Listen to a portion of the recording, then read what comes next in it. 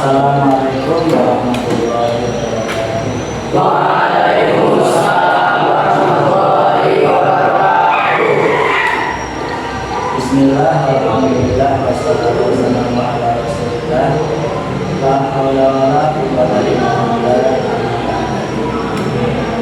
Alhamdulillah, pada pagi hari ini kita teruskan pelajaran, yaitu pelajaran Al-Quran Hadis kelas 8 semester 2, di mana untuk pelajaran kali ini adalah tentang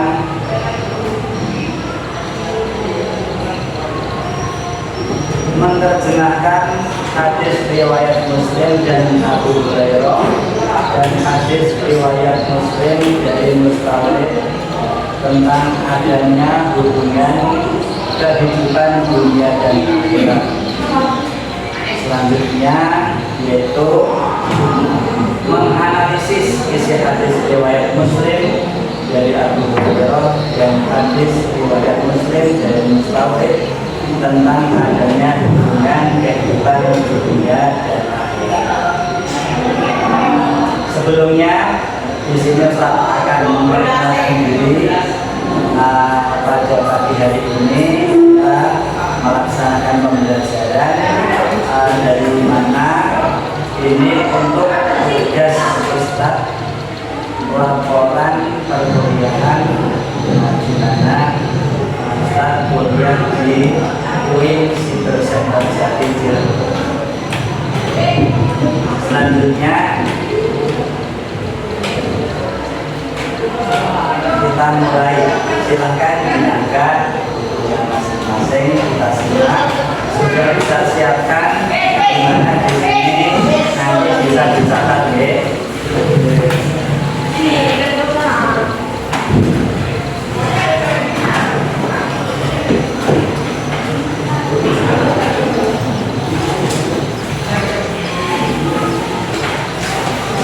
Kita perhatikan hadis riwayat Muslim dari Abu Hurairah dan dari riwayat Mustawid yang di dalamnya itu membahas tentang adanya hubungan kehidupan dunia dan akhirat. Jadi di dalam bab ini terdapat berapa hadis? Sama-sama bersumber dari Rasulullah hadis, akan tetapi rawinya berbeda atau riwayatnya yang pertama dari Abu Hurairah dan yang kedua dari kita buka hadis yang pertama, yaitu riwayat dari Abu Hurairah. Qauluhu an Abi Hurairah qala kana Rasulullah sallallahu alaihi wasallam yaqul Allahumma aslih li dini alladhi huwa ismatu amri wa aslih li dunyaya allati fiha ma'ashi wa aslih li akhirati allati fiha ma'ani waj'alil hayata ziyadatan li fi kulli khair waj'alil mauta rahatan li min kulli syarr. Rawahu Muslim. Artinya dari Abu Hurairah radhiyallahu anhu bahwa Nabi Muhammad sallallahu alaihi wasallam bersabda, ya Allah, perbaiki bagiku agamaku yang menjadi penjaga urusanku, dan perbaiki bagiku duniaku yang di dalamnya ada penghidupanku, dan perbaiki bagiku akhiratku yang kesana tempat kembali, dan jadikanlah hidup ini selalu menambah kebaikan bagiku, dan jadikanlah kematian sebagai kebebasanku dari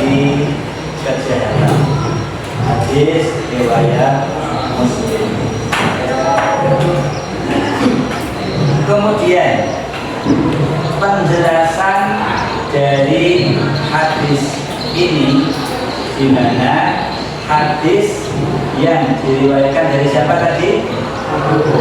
Dari Abu Hurairah, yang isinya membahas tentang apa? Bahwasanya Allah Subhanahu wa Ta'ala adalah tempat meminta. Jadi kita semua itu ketika meminta hanya kepada Allah, dan tempat bergantung. Kita mau pasrah, pasrah yang utama, yang paling tinggi adalah pasrah kepada Allah. Tempat berkeluh kesah dari segala masalah. Kita mau sambat apa saja, ya Allah Gusti dipuntek, ya Allah Gusti kok angel mengapake, itu namanya tempat apa? Keluh kesah hanya kepada Allah. Kalau kita kok sambat sama temen nih, dan mas aku kok ngapalke angel nih, paling cuma tempat mencurahkan resah dan juga setiap hambanya. Dalam kondisi seperti ini, maka berdoalah kepadanya. Kita diperintah untuk meminta, untuk berdoa kepada Allah. Kita berdoa, ya Allah Gusti, semoga Engkau selalu mempermudah kami dalam menuntut, semoga perkara urusan yang ada di dunia ini, urusan orang tua kami, dapat Engkau permudah semua. Semua itu berdoa kepada. Selanjutnya hadis riwayat Muslim dari Abu Hurairah tersebut mengisyaratkan 5 hal yang penting yang harus menjadi permohonan kepada Allah dalam doa-doa. Yang pertama yaitu apa? Ya Allah, perbaiki bagiku agamaku yang menjadi penjaga urusan. Dalam doa tadi, bagaimana tadi doanya? Allahumma aslihli, aslihli dini alladhi huwa ismatu amri wa aslihli dunyaya alladhi fiha ma'ashi. Seterusnya. Dalam doa tersebut itu yang pertama tadi, bagiku agamaku perbaikilah yang menjadi penjaga urusan. Nah, dalam kandungan ini mengisyaratkan betapa pentingnya berpegang teguh pada agama Allah. Jika agama seseorang rusak, maka rusak pula kehidupannya. Maksudnya rusak itu bagaimana? Wong Islam tapi misalnya kok pesan sekolah, misalnya apalagi agamanya rusak bagaimana? Waktu zakat fitrah nggak mau bayar, waktu puasa Ramadan nggak mau puasa, itu berarti agamanya rusak. Seperti itu, maka niscaya kehidupannya juga tidak baik, atau kehidupannya misalnya punya masalah nggak kelar, itu namanya juga kehidupannya rusak. Yang kedua, ya Allah perbaiki bagiku duniaku yang di dalamnya ada penghidupanku. Ini mengisyaratkan kedua, kita boleh meminta kepada Allah agar urusan dunia menjadi baik. Kita meminta kepada Allah mendapatkan kemudahan di dunia. Meminta apa saja? Meminta rezeki yang halal, yang cukup, yang bermanfaat. Meminta agar keluarganya sakinah, mawaddah. Kemudian juga meminta kebutuhan dunia, baik sandang itu apa? Sandang itu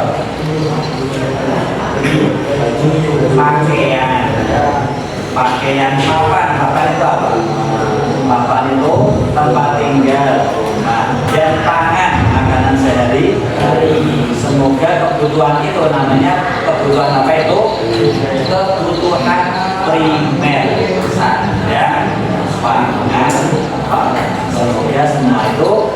diberi kecukupan oleh itu juga doa terkandung dalam doa tadi. Jadi kita ketika mau berdoa menggunakan doa tadi, insya Allah semuanya sudah tercapai. Apa bedanya, Insya Allah. Yang ketiga, ya Allah perbaiki bagiku akhiratku, yang kesana adalah tempat kembali. Akhirat adalah tempat dulu asalnya tidak ada, belum lahir, kemudian diadakan atau diadakan di dunia, kemudian ditiadakan lagi dengan adanya kematian kita semua. Tapi kemudian diadakan lagi, yaitu apa? Dibangkitkan nanti di alam. Akhirat itu adalah tempat kembali. Ini adalah permintaan kita kepada Allah agar selalu dapat beramal soleh, beramal baik, sehingga nanti tempat kembali kita adalah ke surganya, karena kita telah banyak berbuat amal yang baik. Jadi misalnya insya Allah ketika amalnya baik, terus insya Allah Allah mentakdirkan kita sebagai orang yang baik, yang husnul, sehingga mendapatkan surga. Yang keempat, ya Allah jadikanlah hidup ini selalu menambah kebaikan baik. Ini adalah permintaan agar umur kita yang telah Allah berikan dapat kita gunakan untuk selalu berbuat baik. Yang kelima dalam kandungan doa tersebut adalah, ya Allah jadikanlah matiku sebagai kebebasanku dari dalam kehidupan ini. Terkadang kita mendapatkan cobaan, orang berduit, kancane duit hati, alhamdulillah punya kertas pengen ngambil, namanya apa itu? Mencuri. Padahal mencuri itu hukumnya haram. Nah, ketika kita sudah mendapatkan kematian, otomatis kita akan terbebaskan dari niat-niat yang tidak baik. Apakah ada orang yang sudah meninggal masih bisa mencuri? Tidak. Tetapi ya sudah tidak bisa beramal baik. Tetapi dengan adanya kematian itu menjadi penutup kesempatan melakukan kemaksiatan. Alhamdulillah. Sampai sini mungkin ada yang ditanyakan, silakan. Kalau tidak, kita lanjutkan.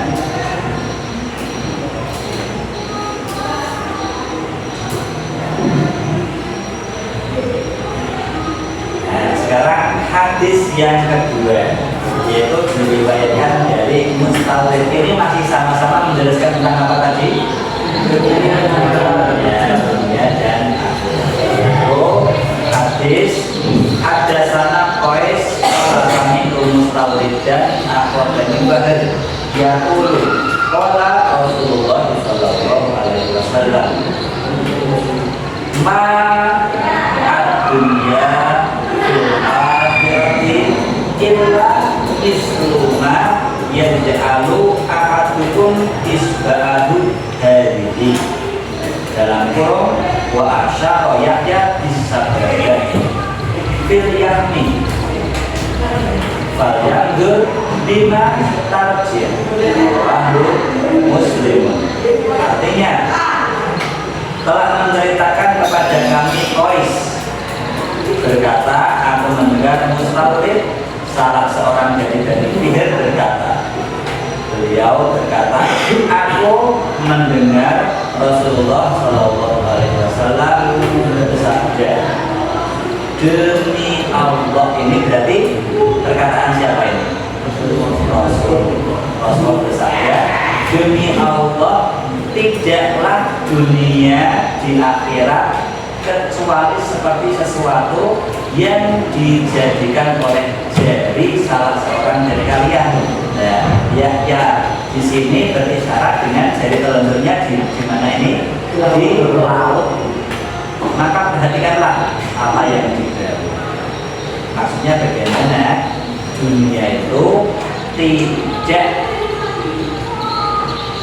ada bandingannya dengan akhirat. Penjelasannya seperti ini. Hendaklah manusia berhati-hati dengan dunia. Dunia isinya apa saja?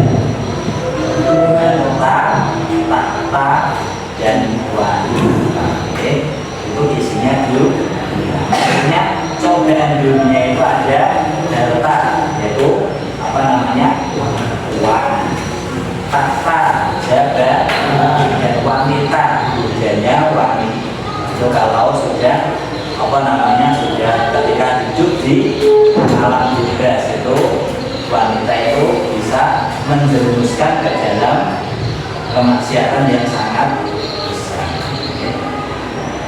Jangan sampai karena ia tampak menyenangkan dan menggiurkan, dunia itu tampak menyenangkan dan menggiurkan. Jangan sampai karena terpesona dengan indahnya dunia kelak di akhirat yang akan menjadi sengsara. Contohnya tadi, dunia nikmatnya sedikit, tetapi ketika kok mendapatkan sedang kemaksiatan, maka nanti di akhirat merasakan sakitnya berlama-lama. Kemudian kesimpulannya, maka dalam hadis riwayat Muslim dan dari Mustawrid, jadi hadis yang beberapa ini yang kedua tadi memberikan peringatan kepada kita bahwa dunia ini bagaikan air di ujung jari yang dicelupkan ke lautan. Kira-kira air yang ikut ke dalam jari itu berapa? Sedikit sekali. Dunia itu sangat sedikit, kecil dan sempurna. Sebagai orang yang beriman, kita ini Allahumma amin, sehingga tergolong selalu dalam orang yang beriman, maka harus memiliki pandangan bahwa yang ada di dunia ini baik apa saja, satu yang kedua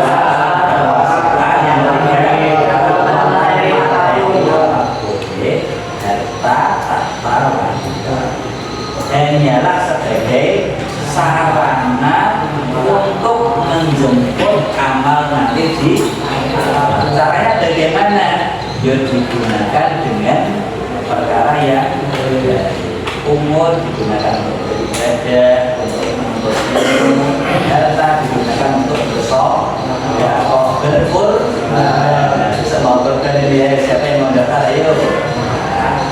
Cepetan ya. Apalagi umur kesempatan juga waktu kita. Dunia ini adalah jembatan penyeberangan menuju akhirat untuk menuju surga, karena dunia ini adalah ladang amal. Jadi kalau kita menanam kebaikan, insya Allah nanti kita memanen kebaikan. Kalau di dunia ini menanam keburukan, kejelekan, kemaksiatan, maka nanti di akhirat kita juga akan memanen keburukan. Paman yakmal misqala dzarratin wa ma yakmal misqala dzarratin, sedikit pun amal yang kita perbuat pasti akan kita lihat nanti di akhirat akan dipertemukan amal kita. Dan surga hanya diperuntukkan bagi orang-orang yang senantiasa beramal soleh selama di dunia. Karena panen kita nanti ketika sudah beramal soleh, insya Allah akan kita temukan nanti di surga. Amin. Selanjutnya analisis hadis ini adalah hadis yang kedua, di mana kedua hadis tadi, yang pertama yang diriwayatkan dari siapa? Yang isinya doa tadi ya, Allahumma aslih li dunya allati, seterusnya. Itu intisarinya yang pertama menekankan pentingnya agama sebagai penjaga kehidupan. Yang kedua, yuk kita baca.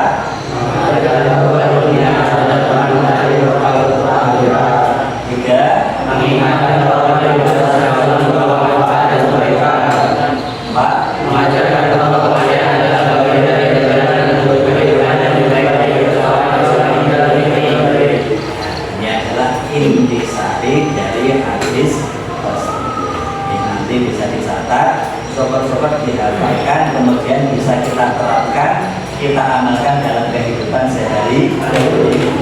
Sobat-sobat tadi doanya dihafalkan, itu adalah doa yang menyeluruh untuk kebaikan dunia kita, akhirat kita. Kemudian hadis yang kedua, yaitu yang diriwayatkan dari Mustawrid bin Saddad, yaitu intisarinya ada berapa ini? Yang pertama yuk kita baca.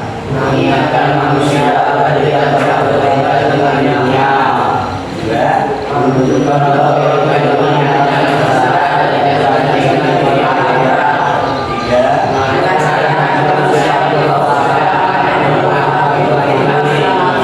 empat, memberikan refleksi bahwa dunia itulah intisari dua hadis dari satu tema. Temanya apa tadi? Semoga kita semua mendapatkan kemudahan menuntut ilmu dan kemudian beramal baik di dunia, sehingga nanti kita dapat memanennya ketika sudah sampai akhirat. Akhirnya sekian dan terima kasih. Untuk pertemuan ini, mohon maaf apabila ada kekurangan. Assalamualaikum warahmatullahi wabarakatuh. Waalaikumsalam.